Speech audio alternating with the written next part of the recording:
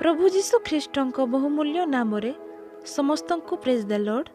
मोर प्रिय माने आज आमे शिखिबा जीशुଙ୍କ जन्म काहींकि स्वतंत्र अटे। मोर प्रिय माने जीशु ख्रीष्टଙ୍କ जन्म पृथ्वी रे घटिथिबा सबुठु अलौकिक ओ आशीर्वाद पूर्ण घटना मानक भितरु गोटिए। मोर प्रिय माने तांकर जन्म काहींकि सबुठारु विशेष सेथिपाई किछि गुरुत्वपूर्ण कारण अछि। मोर प्रिय माने प्रथम विषय होछि प्रभु जीशु ख्रीष्ट कुमारी मरियमଙ୍କ गर्भरु पवित्र आत्माଙ୍କ शक्ति जन्म हेले एवं ईश्वर जन्मरु ही पवित्र अटंती। मोर प्रिय माने कारण एही जन्म मानवीय उपाय रे संभव नुहे, एहा संपूर्ण ईश्वरଙ୍କ इच्छारु हेछि। मोर प्रिय माने द्वितीय विषय होछि ईश्वरଙ୍କ वाक्य अनुଯାୟୀ पुरातन भविष्यवाणी पूर्ण हेबा।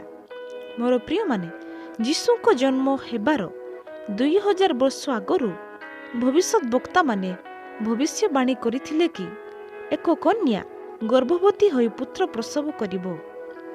मोर प्रिय माने आउ से बेथलेहेम रे जन्म हेबे, पुणी से दाऊद वंशरु आसीबे। मोर प्रिय माने कारण वाक्य रे मध्य लेखा अछि मिखा 5 पर्व 2 पदरे, मात्र हे बेथलेहेम उप्राथा जिहुदार सहस्र गणर मध्यरे क्षुद्र जे तुम्भ मध्यरु इस्राएलर शासनकर्ता हेबा निमंते आंभ उद्देश्य रे एक व्यक्ति उत्पन्न हेबे। पुरातन कालरु अनादि कालरु ताहांकर उत्पत्ति। मोर प्रिय माने एही सबु भविष्यवाणी जीशुଙ୍କ जन्म समय रे ही सठिक भावे पूर्ण हैला।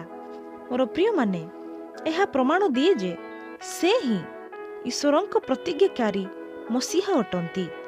तृतीय विषय होछि प्रभु जीशु ख्रीष्ट एक शिशु रूप रे जन्म नेले, पुणी जगत जेपरि परित्राण प्राप्त हेबो एवं समग्र मानव जाति जेपरि उद्धार पाइबो एथिपाई से आसिले।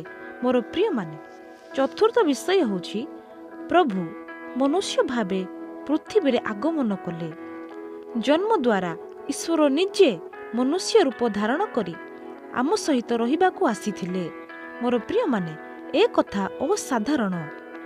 ईश्वर असीमा महिमा छाड़ी आम पाई गोटे साधारण मानव रूप नेले। मोर प्रिय माने पंचम विषय होछि प्रभु जीशु ख्रीष्ट पार्थिव राज्य नुहे, एक आत्मिक राज्यर राजा अटंती। मोर प्रिय माने ईश्वर चाहिथिले एक राजमहल रे जन्म नहीं थांते किंबा सुविधा मानक मध्य रे जन्म नहीं थांते, किंतु से आमको नम्रता शिखेइबा पाई एक गुहाल घर को बाछिले। मोर प्रिय माने एहा प्रमाण करे जे तांको राज्य संपदर उपरे नुहे, एहा प्रेम नम्रता ओ उद्धारर उपरे आधारित। मोर प्रिय माने षष्ठ विषय होछि दूत मानक घोषणा ओ स्वर्गीय आनंद।